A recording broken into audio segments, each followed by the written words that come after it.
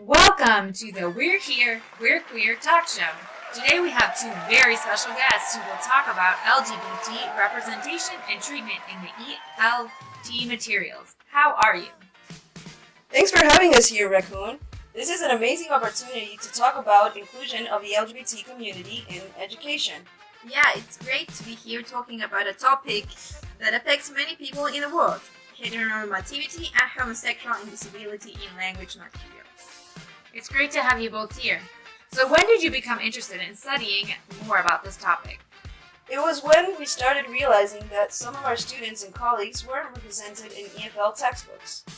We first started paying attention to the inclusion of ethnic diversity in textbooks, different lifestyles, and ways of living. It was then that we realized that representation of homoparental families wasn't being shown in course books.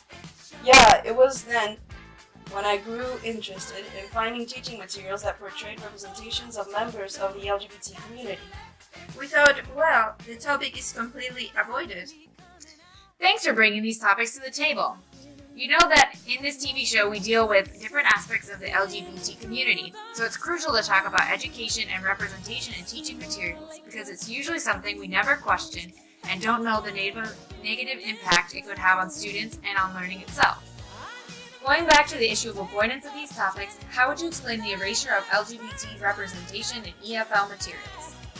It can be explained through the prevalence of two concepts, heteronormativity and commercialism.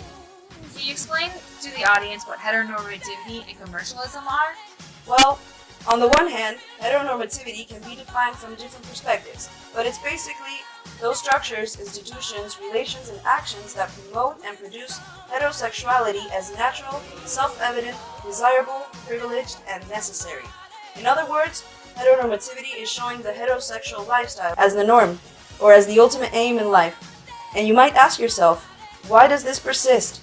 And we can trace this back to the importance of the family as understood in pre-capitalist modes of production, and its role as a mechanism for the protection and inheritance of property, sexual ties as legitimized and powerful religious belief systems about the nature of marriage and the secondary status of women.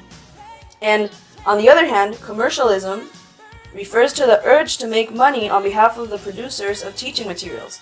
Contrary to what one might believe, multinational corporations are not the principal opponents of LGBT rights. Rather, they are religious and cultural conservatives that have special interest in maintaining status, not making profits. Unfortunately, in many countries, these conservative religious groups have a say in the teaching materials that get printed. So, in this sense, heteronormativity is tied to commercialism because there are specific educational markets that require this heteronormative material, and it's cheaper to produce just one edition of a coursebook that can be used in every context, rather than having a conservative version and a more progressive version. Wow, unfortunately that makes a lot of sense. So you said that you analyzed textbooks to find out about LGBT representation and treatment. How did you do it and what did you find? Okay, we analyzed 10 textbooks with the purpose of seeing if gayness remained to be a topic avoided in ELT materials. These textbooks aimed at a lower level of proficiency since in lower levels, relationship topics are usually introduced. As Thornberry suggested, the treatment of these type of topics could indicate the textbook's implicit stance on normative sexuality.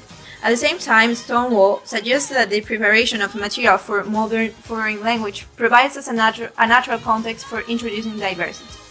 To assess the materials, we had some questions in mind that had to do with LGBT representation of characters in textbooks, what forms they take, the treatment of topics related to sexual diversity, and also the form it takes.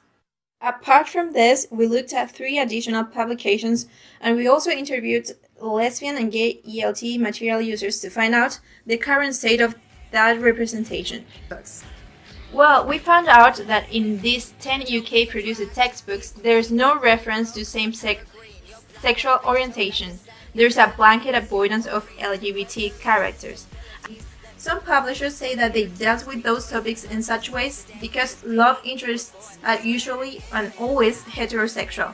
Another publisher said that they aren't dealing with the topic because it could be hard for teachers to raise certain issues, and the bottom line is that they wanted their courses to be bought. And what about supplementary and context-specific materials? They show limited reference to taboo subjects, but when they do it in ways that are deeply problematic. For example, mentioning a rumor about someone being homosexual at school and asking students what they think about it. Answers such as ignoring rumors are said, but no one addresses that being homosexual isn't a problem. Normativity isn't questioned, homosexuality isn't. And if they then show as a representations of the LGBT community, what form do they take? If there are representation of the LGBT community, they mostly seem to show better off gay couples who are very successful in their lives, the good gays. These characters seem to be accepted in materials because they follow the acceptable heteronormative lifestyle of getting married, living in the suburbs, and having perfect children. And not all LGBT people are like this or aspire to that lifestyle.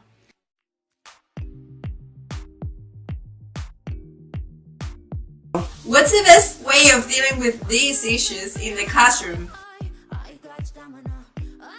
In my opinion, this issue should be addressed gradually and naturally because it can be a sensitive topic for some people. Through what Apple and Christian Smith call the mentioning approach, that suggests that in learning how to talk about families, students can be given model sentences which include references to diversity. For example, my uncle's partner is called Keith. Through this mentioning approach, LGBT recognition becomes part of the fabric of the lesson. LGBT students may feel included and the legitimacy of an LGBT orientation is signaled to the whole class. How can this be applied in Chile? Given that in Chile there is a predominance of Catholic values in schools, the mere attempt to mention LGBT issues in class can be risky because there could be resistance on behalf of students, parents, and school administration. In this sense, we can give a concrete answer because every school community has different values and gives different liberties to teachers. As a general remark, we would recommend to follow one of the interviewee's advice. If you don't have that drive from senior management to say we're going to stamp on homophobia, then if you are the teacher who tries to do something and you don't have the support from either your line manager or senior management, you're setting yourself up to fail. Even if you had gazillions of material available and every single course book got a selection on gender.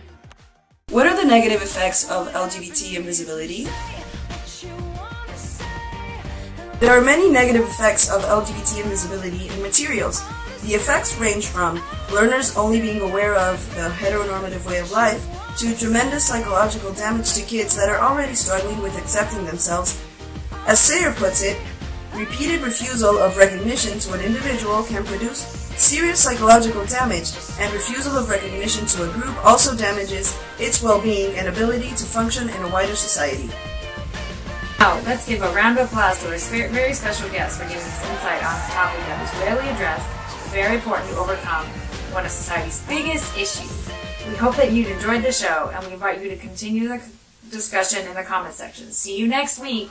Bye! For the time we're young, to hide the things that we don't like about ourselves, inside ourselves. I know I'm not the only one who spent so long attempting to be someone else. Well, I'm over it.